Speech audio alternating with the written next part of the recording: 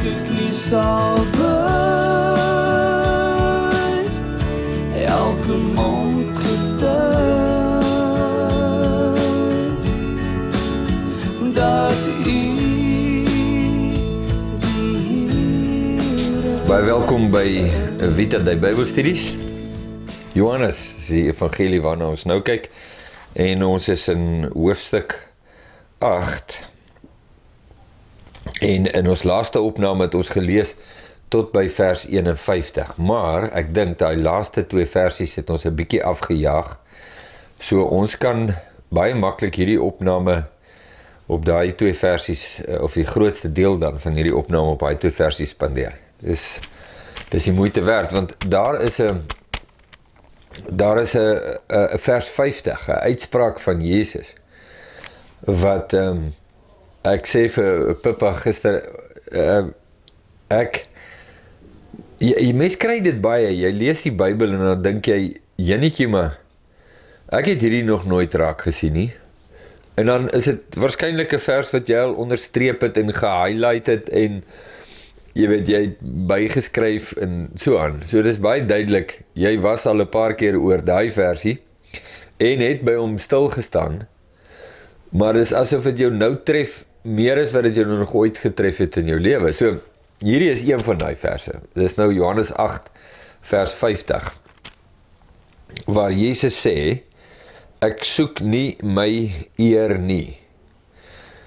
Kom ons lees eers klaar, voor ek nou sê. Daar is een wat dit soek en wat oordeel.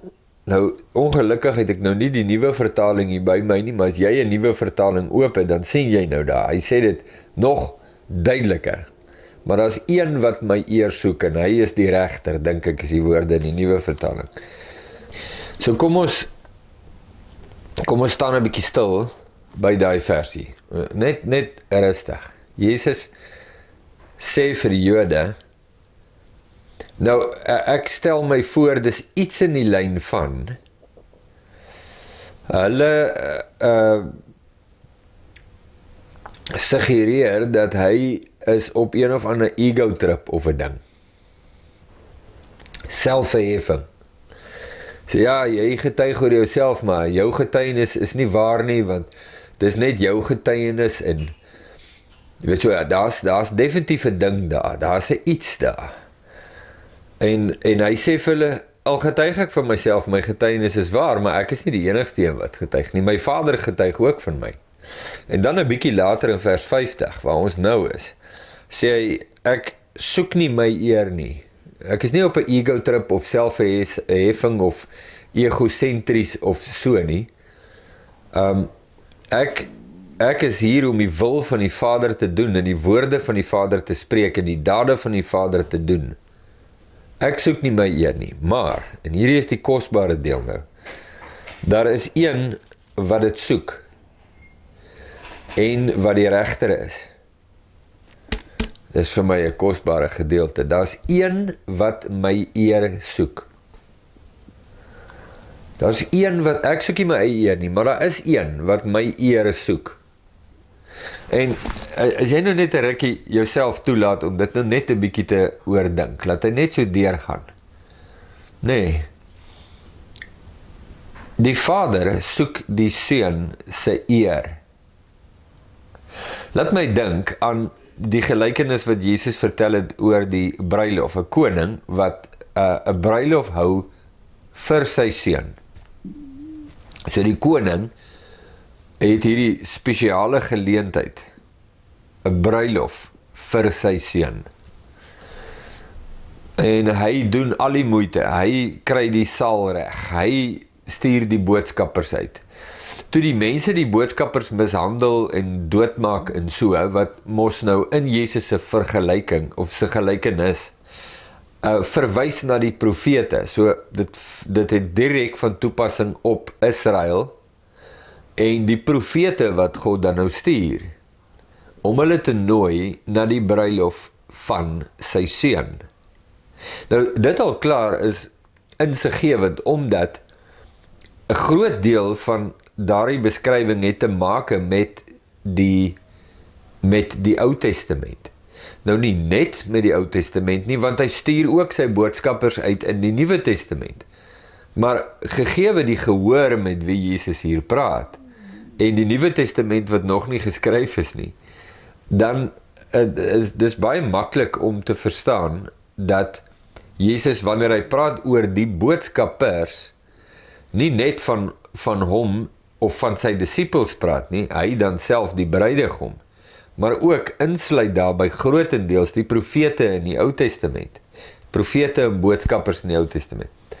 En dat Israel het hulle mishandel en doodgemaak en hulle boodskap net geweier en geïgnoreer. Dit was dan ook die Vader wat dan soldate gestuur het om die mense se stad af te brand en hulle dood te maak. Die oordeel van die Vader. Nou daardie gelykenis is baie belangrik as ons net 'n oombliekie op het stilstaan, want dit het direk betrekking op wat hier staan. Die bruiloft word gehou ter ere van die seun. Die Vader sy hele fokus is op die reël van die bruilofsmaal vir sy seun. Die eregas hier is die seun. En daar word op daardie gelykenis niks van die bruid gesê nie, maar dis natuurlik baie sterk geïmpliseer, want jy trou nie met jouself nie, jy trou met 'n bruid. So, maar die klem van daardie gelykenis is nou is nie die bruid nie, is nou spesifiek die verhouding tussen die Vader en die seun en die reaksie teenoor die mense. So die koning, die koning nooi die mense en dan spesifiek Israel al van die Ou Testament af. En dis 'n baie belangrike ding, want as jy dit kan snap en kan raak sien, dan is daar belangrike skrifgedeeltes in die Nuwe Testament wat dadelik vir jou duidelik word, onder andere Openbaring. Daar's groot gedeeltes in Openbaring, ek dink nou sommer onmiddellik aan Openbaring hoofstuk 12, die vrou met die 12 sterre, en sy swanger. Nee, wat 'n beeld is om 'n ding te verduidelik. In Openbaring 12 is dit 'n vrou met 12 sterre wat verteenwoordig die gelowiges van die Ou Testament. Die 12. Om die troon van God sit daar 24 ouderlinge. Die verteenwoordiging van die gelowiges in die Ou en die Nuwe Testament. 12 en 12.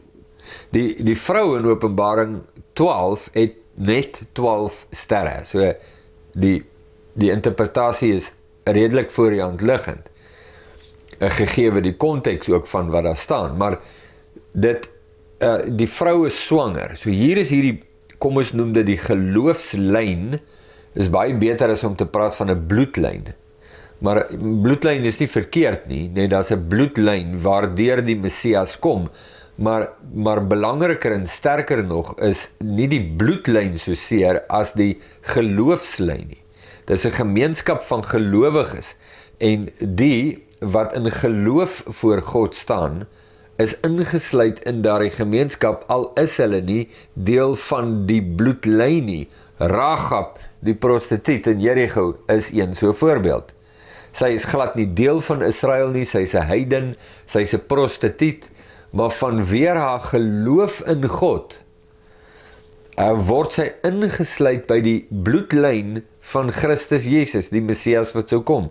Hoe geweldig is dit? So dis goed en belangrik as jy dit kan verstaan, want mens verduidelik altyd die Ou Testament van Adam regdeur tot by die geboorte van Jesus as die bloedlyn waardeur die Messias sou kom, maar dit is belangriker, baie belangriker, dat jy die bloedlyn verstaan in die lig van geloofslyn. Dis belangrik.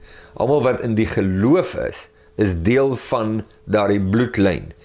Die mense wat in die bloedlyn is, maar nie in die geloof deel nie, word uitgesluit. Dis belangrik. Goed.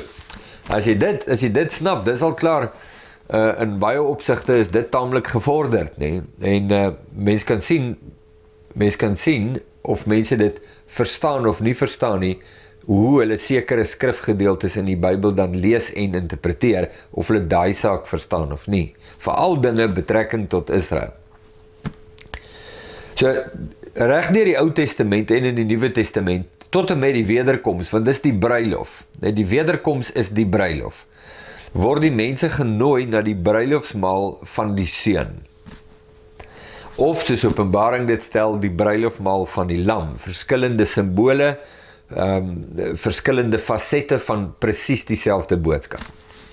Nou, die Vader is ingestel en gefokus op die Seun. Jy sien dit. Hy reël die bruilof. Jesus sê, die Vader soek my eer. Dis so belangrik dat jy dit sien. Ek dink ek het dit nou al baie genoem, maar ek het 'n e-pos van 'n ou gekry wat gesê het,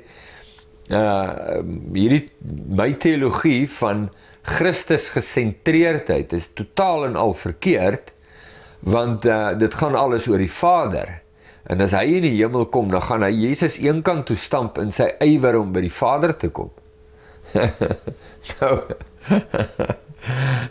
Nou dink ek, kyk, mense hoor al baie goed in jou lewe, maar daai een uitspraak sal definitief tel onder die top 3 onnoselste, is nou die kraswoord om te sê, of kom ons sê nou maar net domste dinge wat ek in my lewe nog gehoor het. Ek sal dit maklik tel onder die top 3, dalk nog die top 1. Ek stamp Jesus eenkant om by die Vader uit te kom. Dit sê 2 dinge, dadelik vir my. As 'n man so iets sê, 1, hy weet niks van die Vader af nie, en 2, hy weet niks van Jesus af nie. Nou, die Vader reël die bruilof, Israel maak die boodskappers dood, God giet sy oordele, die Vader giet sy oordele oor Israel uit, stuur sy soldate, brand die stad af, maak die mense dood. Sy oordele, oor die manier hoe hulle sy Seun hanteer. En dis nou die volgende punt. Die boodskappers wat daar kom met die boodskap van die Seun. Hoe is dit die boodskap van die Seun? Dis die uitnodiging na die bruilof van die Seun. Wie is die eregaste daar? Nie die uitgenooides nie. Die Seun is. Dit gaan alles oor hom. Hy is die primarius van die hele geleentheid. Die hele geleentheid gaan oor hom. Hulle nooi God, die Vader, nooi die mense na die bruilof van die Seun. Die boodskappers kom met die boodskap, die woord van die Seun.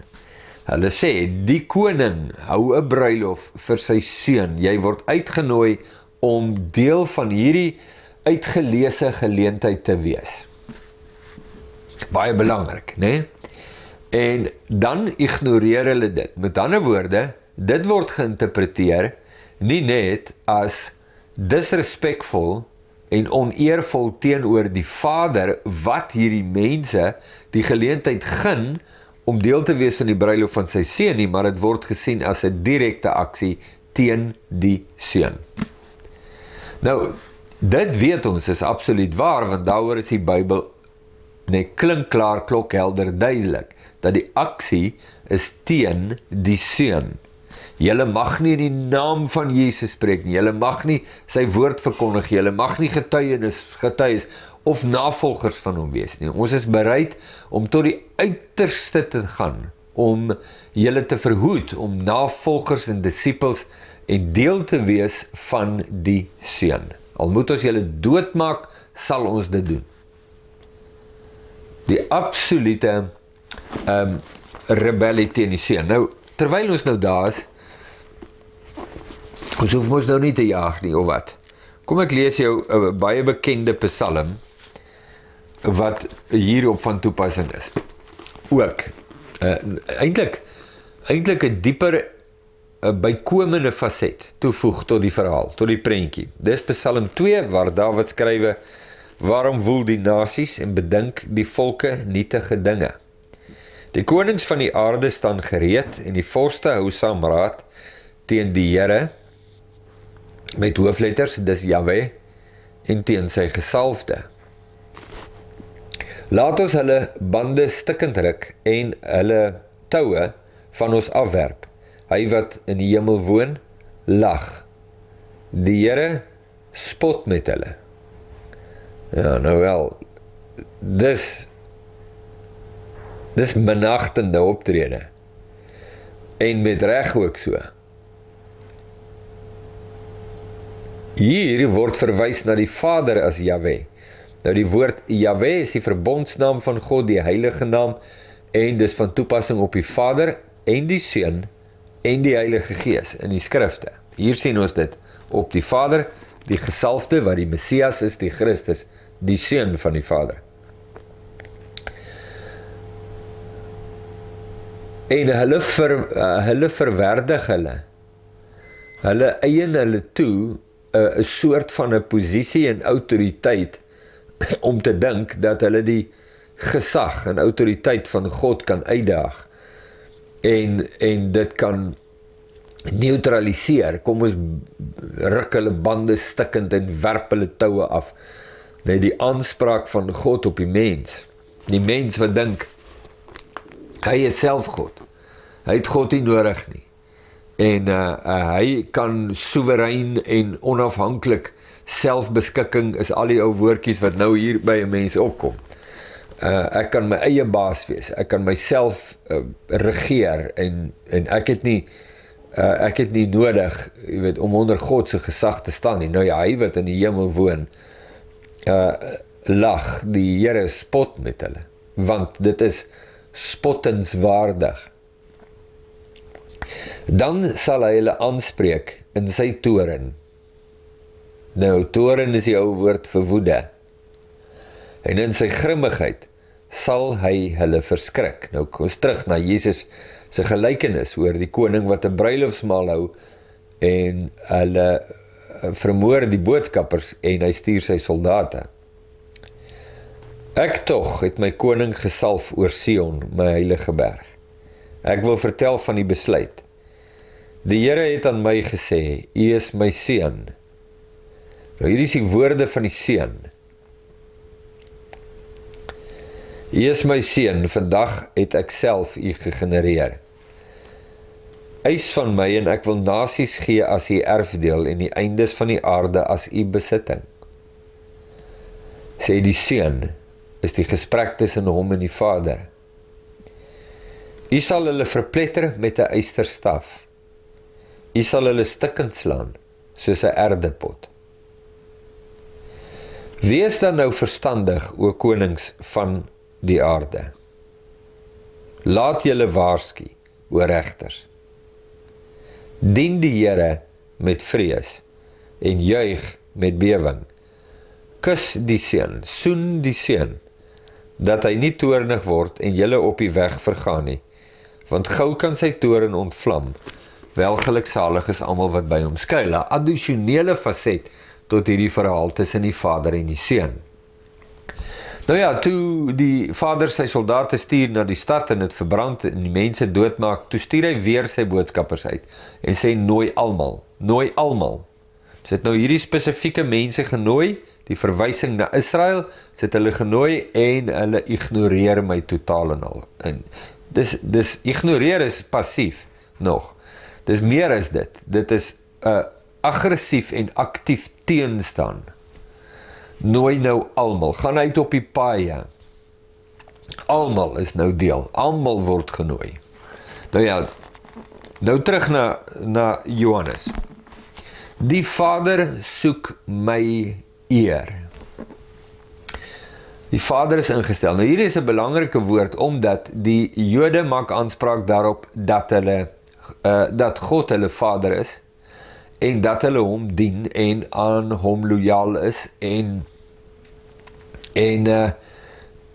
dat hulle by hom is en dat hy hulle Vader en God is. Jesus sê, daar's niks verder van die waarheid as hierdie idee wat julle wil tuisbring by my hier in hierdie gesprek en in die harte van mense nie. Julle is nie by God nie, julle dien hom nie, julle is nie by hom nie en hy is nie by julle nie. Hy is nie julle Vader nie en hy is nie julle God nie. En as bewys daarvan, en Jesus gee 'n paar, sê hy, die Vader soek my eer, julle soek om my dood te maak. Dis die klinkklare bewys dat julle niks te doen het met die Vader nie. Want as julle die Vader gesoek het, dan het julle my al die eer gegee wat my toekom, soos wat die Vader dit bepaal. Maar julle weier, en daar's die argument. Dit is 'n geweldige belangrike ding net om raak te sien. As jy die Vader wil eer die Seun, want die Vader soek die eer van die Seun.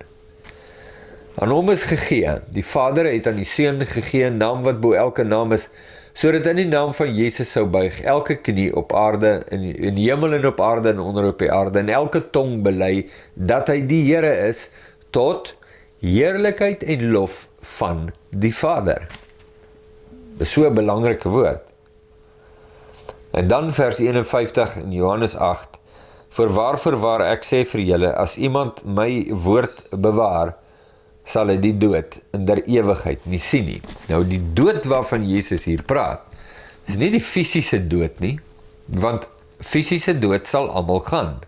Dit is nou net so, tensy Jesus kom, en voor mense nou sterwe. Nee, as Jesus kom voor jy sterwe, en jy is in Jesus, dan gaan jy hom tegemoet, lewend tegemoet. Maar die dood waarvan Jesus hier praat, is die oordeel van God. So, voorwaar ek sê vir julle, as iemand my woord bewaar, as iemand doen wat ek sê, as iemand ter harte neem wat ek sê, hy wat hierdie woorde hoor en dit doen, dis soos 'n man wat sy huis op die rots bou, en die wind het gewaai en die storm het gekom. Jesus praat van die oordeel van God, en die huis het bly staan. Hy het nie geval nie, onder die oordeel van God nie. Hoekom nie? Want hy word bewaar in die woord van Christus. Hoe?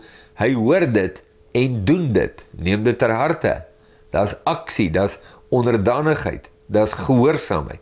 En binne in dit word hy beskerm en bewaar. Om aanspraak te maak op die beskerming van God terwyl jy teen hom rebelleer is net botweg arrogant. Daar bestaan nie so iets nie. Hy sal die dood in der ewigheid nie sien nie. Praat van die oordeel van God. Toe sê die Jode vir hom, nou weet ons dat u van die duiwel besete is. Abraham het gesterwe en die profete, en u sê, as iemand my woord bewaar, sal hy die dood in der ewigheid nie smaak nie. Is u dan groter as ons vader Abraham wat gesterf het, en die profete het gesterwe, wat hulle natuurlik gehelp het om te sterwe? En dan, vir wie gee u self uit? Die nuwe vertaling sê, wie dink jy is jy? Wat mense nou nog van Jesus sê. Wie dink jy is jy? Nee. Nou, kom ons kyk net vinnig na Jesus se antwoord. Jesus antwoord, as ek myself verheerlik, is my heerlikheid niks nie. Dit is my Vader wat my verheerlik. Van wie julle sê, dat hy julle God is.